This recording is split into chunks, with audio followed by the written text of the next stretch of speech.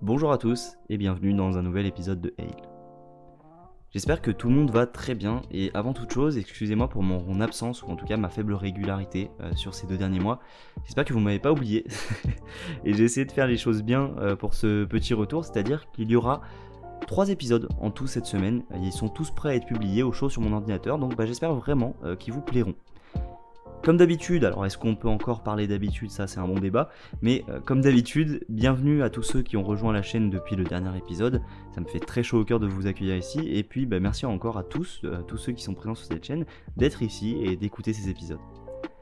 On commence à être une petite communauté, bon je sais pas si on peut parler de communauté, mais on commence à être un petit nombre, donc n'hésitez pas à vous manifester dans les commentaires, ou même à réagir aux commentaires des autres, je trouve ça trop sympa de pouvoir communiquer avec vous.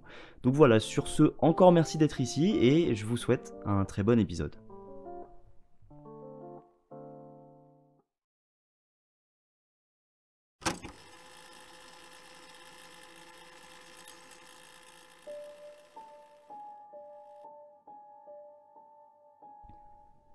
L'histoire que je vais vous raconter nous vient de l'utilisateur ThrowawayXerty et elle a été écrite il y a seulement quelques jours.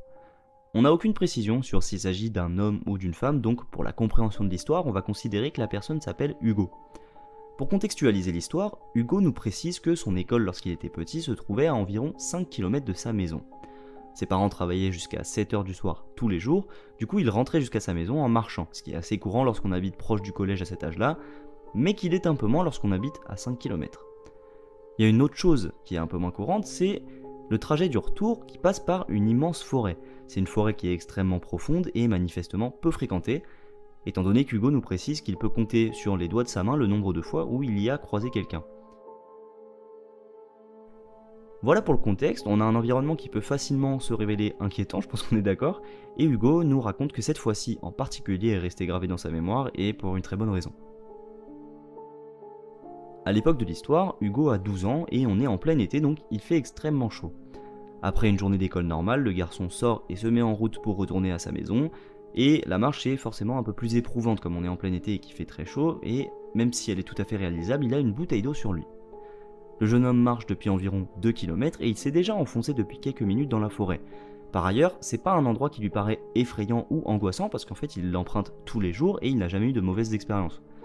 Pour le coup, comme je l'ai dit juste avant, il est vraiment rare qu'Hugo rencontre qui que ce soit dans la forêt, et c'est là que commencent les faits un peu étranges qu'il a vécus.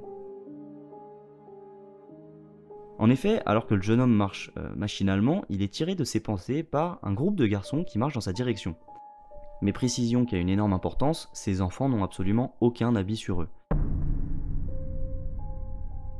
Ils sont entièrement nus et ils transportent avec eux un petit animal qui semble être une chauve-souris. C'est une précision qui ne va pas avoir d'impact sur l'histoire, mais c'est quand même assez étrange. Parmi ces garçons, qui sont au nombre de 3, 2 d'entre eux ont l'air d'avoir à peu près le même âge qu'Hugo, c'est-à-dire 12 ans, et le troisième semble être un peu plus jeune. Et outre leur nudité, une chose saute aux yeux d'Hugo, ils ont l'air exténués physiquement et ils sont en nage, comme s'ils avaient couru sur des kilomètres, ou alors comme s'ils venaient de traverser le désert à la marche, enfin bref, ils sont vraiment mal en point. Cerise sur le gâteau, les 2 enfants les plus âgés sont limite en train de traîner le plus jeune, ce qui donne l'impression à Hugo que celui-ci est à bout de force. Autant dire que lorsqu'on n'est pas habitué à croiser du monde dans cette forêt et que les premières personnes qu'on y rencontre, c'est des enfants de notre âge nus dans un état stupéfiant, il y a de quoi être surpris. Et la réaction d'Hugo est la plus logique, il se fige et les regarde d'une manière confuse avancer vers lui. On peut imaginer le soulagement des garçons de rencontrer quelqu'un dans l'état où ils sont, mais tous constatent vite un problème, Hugo ne parle pas la même langue que les garçons, et de fait, il ne saisit pas un seul mot de leur langue.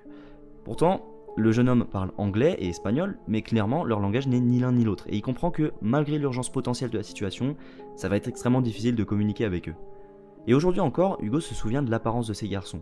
Les 2 de son âge se ressemblent avec des cheveux noirs et la peau bronzée, tandis que le plus jeune était blond et plus pâle, si tant est qu'il ne soit pas encore plus livide qu'à son habitude dans la situation où il est. Les enfants arrivent bientôt à la hauteur d'Hugo et dès qu'ils sont assez proches de lui, l'un des 2 essaie d'engager la conversation avec lui. Mais comme je l'ai dit juste avant, Hugo ne parvient pas à comprendre dans quelle langue il parle. Du coup, il essaye de lui dire ça, qu'il ne le comprend pas en tentant des no puedo entenderte ou des I can't understand you, mais rien n'y fait. Le garçon aux cheveux noirs semble confus, mais il ne perd aucun temps à essayer de communiquer par la parole, il comprend que c'est impossible, et il pointe du doigt la bouteille d'1 litre d'eau d'Hugo qui se trouve dans la poche du côté de son sac. Il commence aussi à agiter ses poings au niveau de sa poitrine comme s'il le suppliait. Et Hugo comprend que ce geste, c'est en fait une incitation, plutôt une faveur. Il le comprend comme le fait de mettre ses deux mains jointes, qui est chez nous en tout cas le signe de demander une faveur à quelqu'un. Bon, je vous l'accorde, on le fait pas tous les jours non plus. Mais il le comprend comme ça. Et tout va très vite dans son esprit, et il comprend directement que les jeunes garçons sont assoiffés, et il leur tend sa bouteille d'eau. Et là, Hugo est touché parce que le garçon ouvre la bouteille et s'assure que le plus jeune, celui qui semblait le plus mal en point, puisse boire en premier.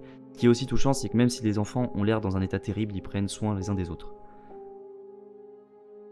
Malheureusement, comme la journée de cours est passée par là, il ne reste plus beaucoup d'eau dans la bouteille d'Hugo. Les trois garçons finissent la bouteille, la lui rendent en hochant la tête comme pour le remercier, et sans plus attendre, ils se remettent en route. Forcément là, Hugo est un peu perdu, et je pense qu'on le comprend tous parce que croiser des enfants dans cet état-là, ça ne peut pas témoigner d'une situation normale. Il y avait une urgence dans l'attitude et l'apparence physique de ces enfants qui laisse supposer qu'il leur est arrivé quelque chose de grave. Après quelques secondes, il décide lui aussi de continuer son chemin pour rentrer chez lui, mais il commence à ressentir un malaise, une peur vis-à-vis de ce qu'il vient de voir. Il y a vraiment quelque chose qui le dérange plus que la tristesse de la situation, il ne sait pas l'expliquer mais il y a quelque chose en plus. Et après 1 ou 2 kilomètres de plus, Hugo aperçoit une personne.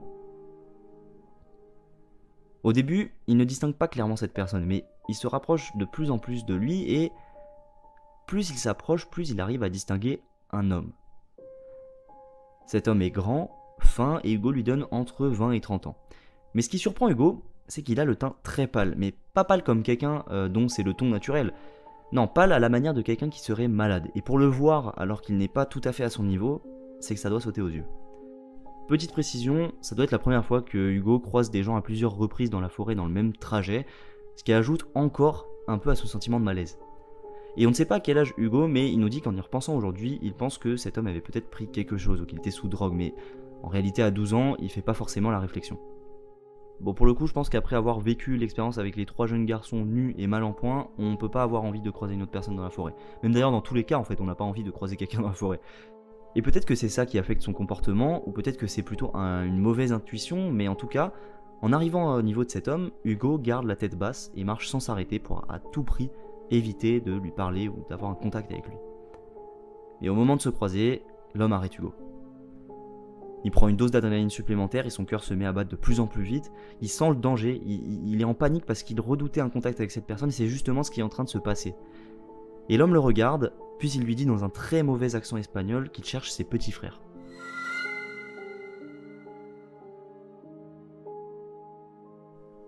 Apparemment, ceux-ci se seraient perdus et il demande à Hugo s'il les a vus. Au moment où l'homme mentionne ses soi-disant petits frères, le sang d'Hugo se glace et il parvient simplement à faire non de la tête. En voyant ça, l'homme lui dit simplement gracias et il se remet en marche. Hugo l'entend s'éloigner et il est soulagé, mais ce qui domine alors, c'est qu'il est pétrifié. Tant bien que mal, il essaie de marcher le plus naturellement possible et à la seconde où l'homme n'est plus dans son champ de vision derrière lui, Hugo se met à courir frénétiquement jusqu'à ce qu'il atteigne enfin sa maison et qu'enfin il retrouve un peu de sécurité. En attendant que ses parents reviennent du travail, le jeune garçon ne peut pas s'empêcher de penser au trajet complètement invraisemblable qu'il a vécu. Et avec l'esprit un peu plus reposé, il y a une conclusion terrifiante qui lui vient. C'est d'ailleurs le titre de cette histoire que j'ai pas mentionné volontairement. Les enfants qu'il a rencontrés étaient probablement en train de fuir leur kidnappeur.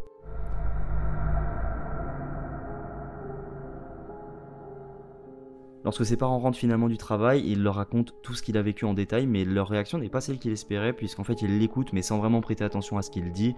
Sa mère lui dit de ne pas s'inquiéter, merci maman. Du coup il insiste et il essaye de montrer qu'il est extrêmement sérieux, que ça n'a rien d'une blague ni d'une histoire inventée. Et son père lui promet donc qu'il appellera la police le lendemain matin pour le leur raconter.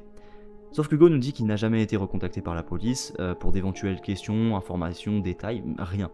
Donc même si son père lui a juré qu'il les avait appelés, Hugo a de sérieux doutes et il termine son histoire en disant qu'il est certain que ses parents auraient dû le prendre au sérieux.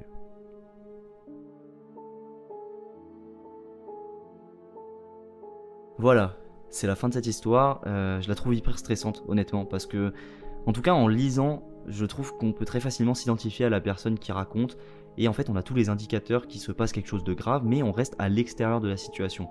Et du coup c'est extrêmement angoissant parce que bah, la personne le sent mais ne peut tout simplement rien faire, notamment aussi à cause de la barrière de la langue. Ça aussi c'est un indicateur qui est extrêmement effrayant parce qu'on sent qu'il y a un problème mais on peut pas communiquer.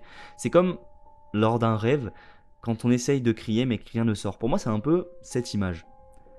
Pour le coup, je suis plutôt du même avis que l'utilisateur qui a raconté cette histoire. Je pense qu'effectivement, il ou elle a été confronté à un kidnappeur et en même temps à ses victimes qu'il fuyait. Et je pense qu'il y a pas mal d'éléments qui vont dans ce sens. Tout d'abord, il y a le fait que les enfants soient totalement nus. J'avoue que je vois pas d'autres raisons à ça en fait. Dans quelle situation des enfants d'à peu près l'âge d'Hugo, ou en tout cas de l'utilisateur, pourraient se retrouver nus, mal en point dans une forêt? Ça n'a aucun sens, sauf s'ils l'ont été contre leur gré. Il y a un autre point qui est lié, et j'ai pas mal insisté dessus, c'est leur état physique. Ils ont l'air complètement épuisés justement, comme s'ils avaient vécu dans la privation. Et le fait d'assister à ça en plus, ayant l'âge d'Hugo, c'est juste horrible, et je me dis que ça peut que te marquer ce genre d'expérience, parce que tu peux pas t'empêcher de te dire, mais ça aurait pu être moi en fait. Je pense que vous avez compris, mais cette histoire, même si elle est effectivement effrayante, moi je trouve que dans le fond, elle est encore plus triste qu'elle est effrayante. Et c'est pour ça que je vais pas vraiment m'attarder à essayer de savoir si elle est vraie ou fausse comme d'habitude, parce qu'en réalité, j'ai pas de preuves de ce que j'avance, hein, c'est habituel maintenant, vous le savez, et les faits sont tellement lourds que ça me paraît pas si important. Voilà, j'ai pété l'ambiance. Hein. Non mais c'est vrai, c'est pas une histoire où mine de rien tout se termine bien. En fait, au final, on ne sait pas comment ça se termine, et il y a une possibilité qu'au final, juste les choses soient extrêmement mal passées, et même si ça me rend extrêmement triste et angoissé de penser à ça, c'est une possibilité. Et en vrai, je me dis, si c'est une histoire vraie, j'espère vraiment que ces enfants s'en sont sortis sains et saufs, et dans le cas où on a affaire à une fiction, bien joué, parce que la mécanique honnêtement est hyper originale. Il y a notamment une chose qui me permet de pas mal avoir l'espoir qu'il s'agisse d'une fiction, c'est que la personne qui l'a écrit l'a posté sur 5 subreddits différents. Et pour moi, ça sent un peu la recherche de buzz, si on peut dire. Attention, toujours à prendre avec des pincettes, parce que si c'est pas le cas, et c'est une probabilité, c'est assez trash de dire ça. Mais je me dis qu'une histoire si terrible, si tu l'as vraiment vécue, tu la postes et tu t'en fiches qu'elle soit lue par le plus grand nombre. Pour moi, c'est plutôt une forme d'exutoire de la poster. Après, voilà, chacun gère ce genre de choses à sa manière. Donc là, pour le coup, c'est quelque chose qui, moi, m'aide à rester dans le déni. Mais ça me rassure, tout simplement. Le problème, c'est que ce genre d'histoire, si ça avait été en France ou aux États-Unis, il y aurait eu quand même beaucoup plus de chances que ce soit inventé. Sauf que là, la langue parlée, ça a l'air d'être l'espagnol, et pour peu que ça se passe en Amérique latine, les chances que ce soit vraiment passé sont beaucoup plus grandes, étant donné que la criminalité et les kidnappings sont bien plus fréquents qu'en France dans ces pays.